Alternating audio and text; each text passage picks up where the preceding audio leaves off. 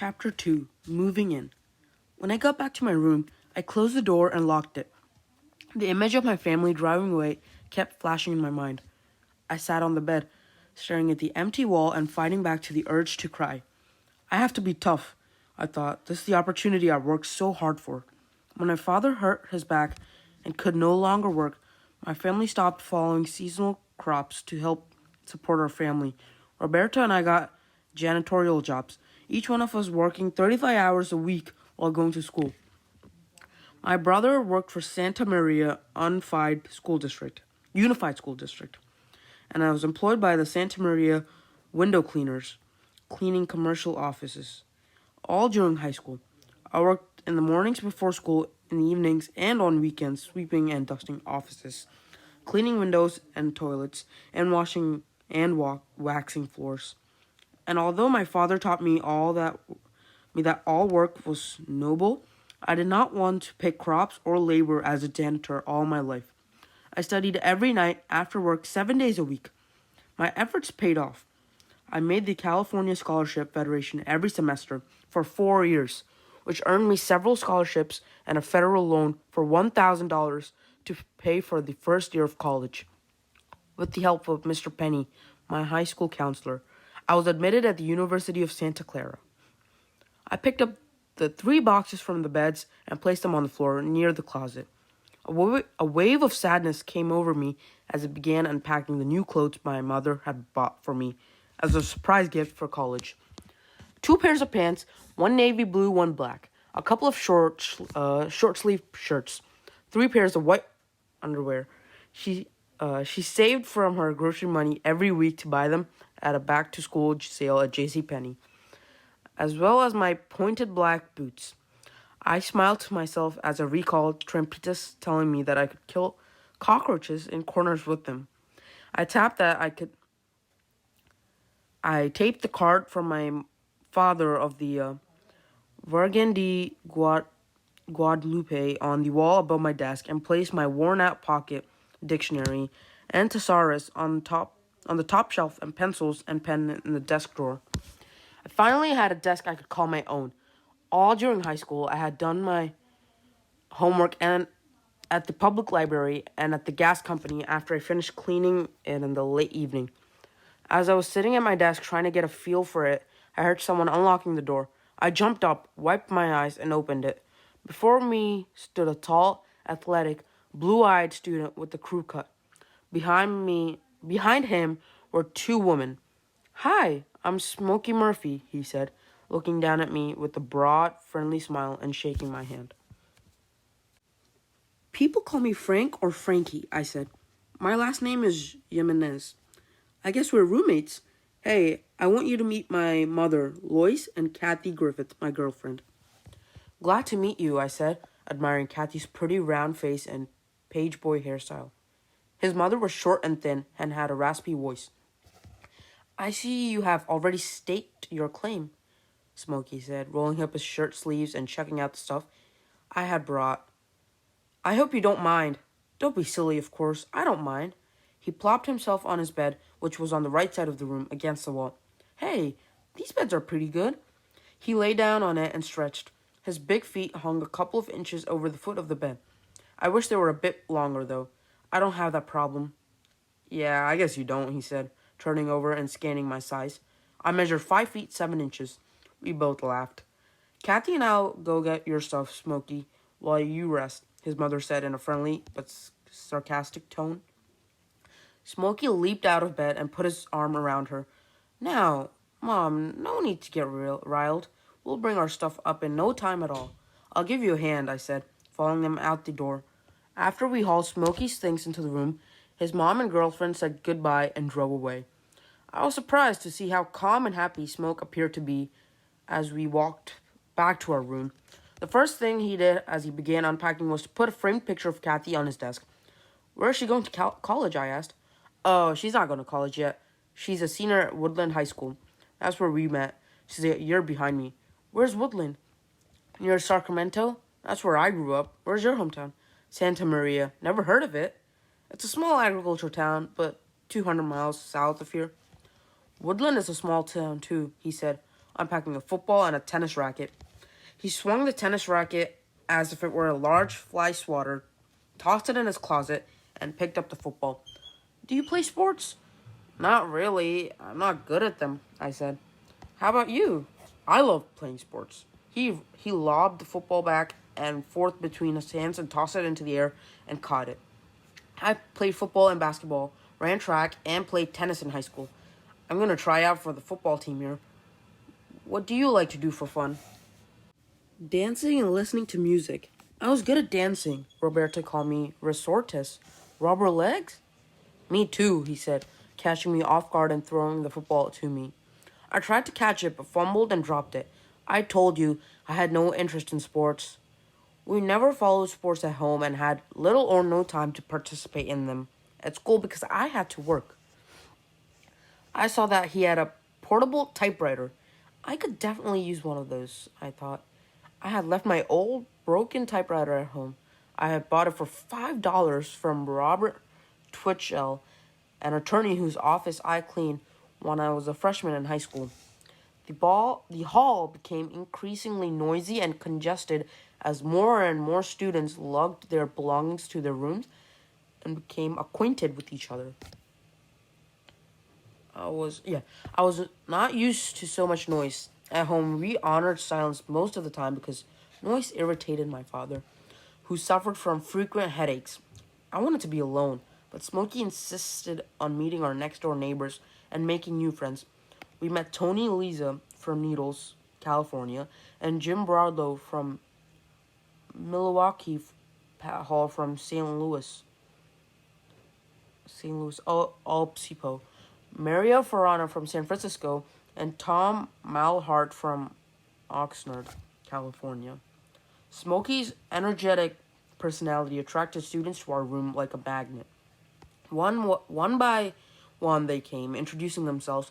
Within minutes, it seemed as if we had met everyone on our floor, and a few from the third floor who dropped by to see what all the commotion was about.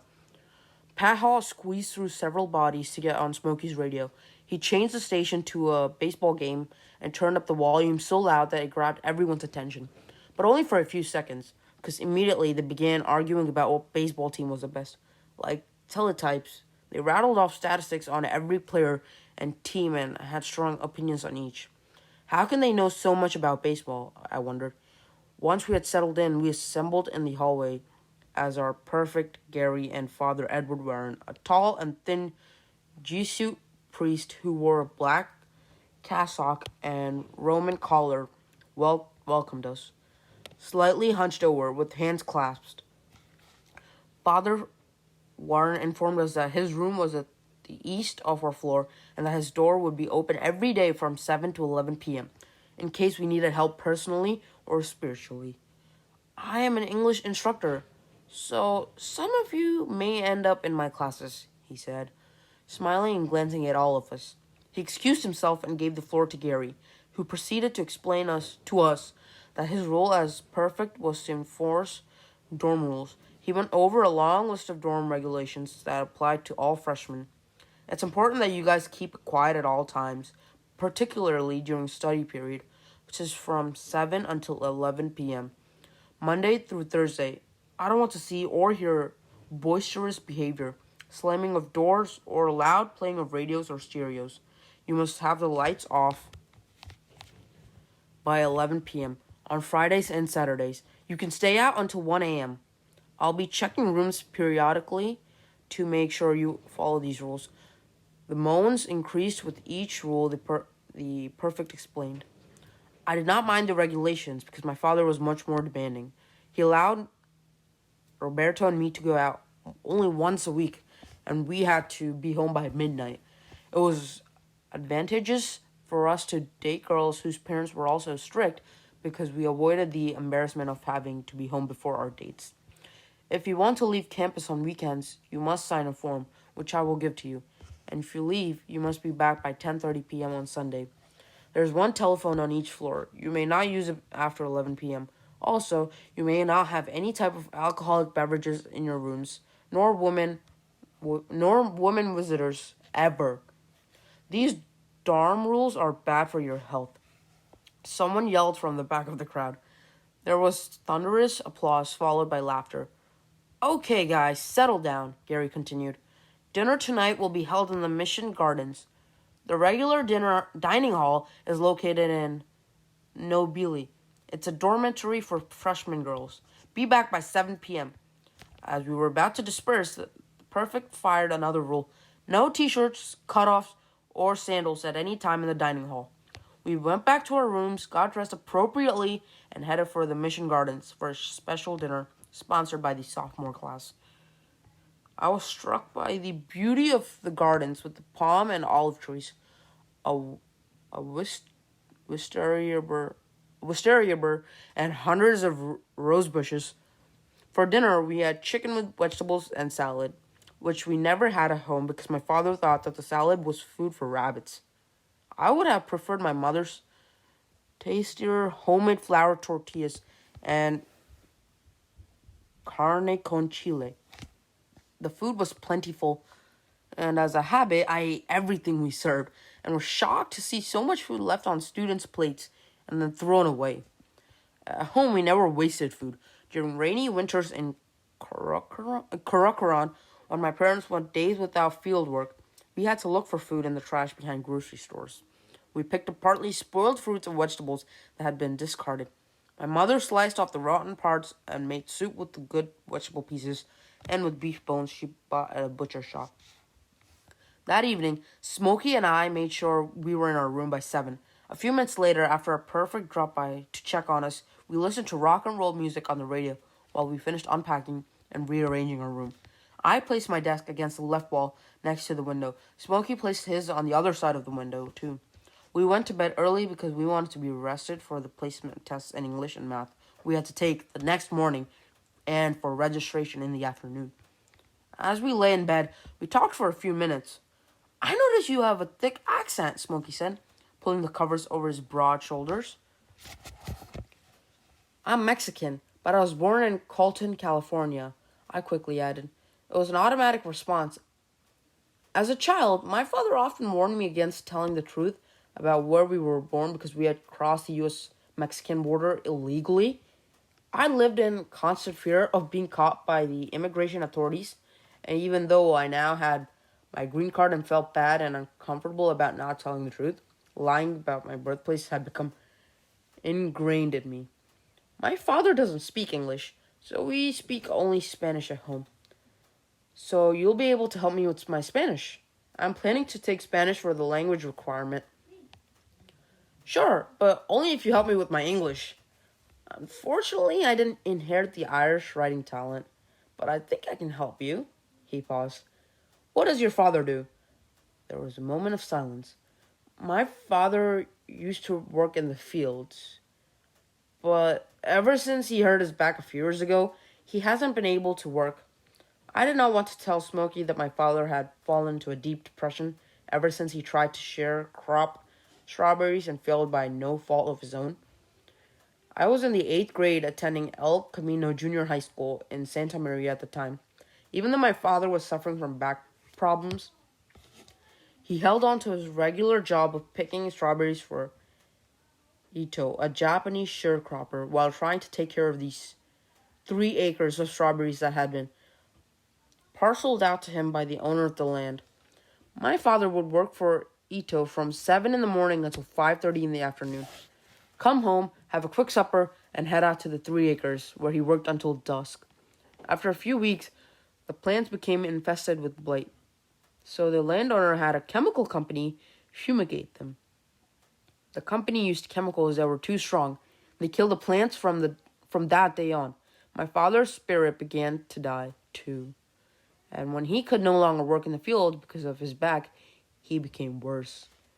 We must be cursed, he often said. I'm so sorry. Smokey must have sensed my uneasiness, because he did not ask me any more questions about my father. My dad is a policeman, he said, breaking the silence. He had lots of jobs. He was a security consultant, but also a rancher and a farmer until the Depression. Then he worked as a butcher and a mortuary assistant until becoming a policeman. He's 71 years old. Smokey's openness made me feel comfortable, so I told him about my mother, who also worked in the fields and cooked for 20 farm workers during the time we lived in Tent City, a migrant labor camp, which is a migrant labor camp in Santa Maria. We must be the two poorest kids in the school, Smokey said. My mother is a secretary for the March of Dimes. She also spent a fair amount of time as a volunteer at the labor camp near Woodland, helping poor families. I sometimes tagged along, and while I was in high school, I worked as a park recreation director during summers serving the labor camp kids. I tried to raise money to get them baseball mitts and bats. I'm glad we're roommates. I like Smokey's kind heartedness, and childlike spirit. We have a lot in common. We ended our conversation and tried to fall asleep. Within minutes, Smokey had fallen asleep. I could hear a faint whistling sound coming from his mouth. I had had hard time falling asleep, thinking about my family. Was it right for me to be here at college while they struggled to make ends meet at home? The more I thought about it, the more confused I became. Then I remembered the English test. Suddenly, I felt hot and sweaty, and my heart started racing. I threw off the covers and quietly tiptoed to the window to get fresh air. I took a deep breath and stared out into the darkness.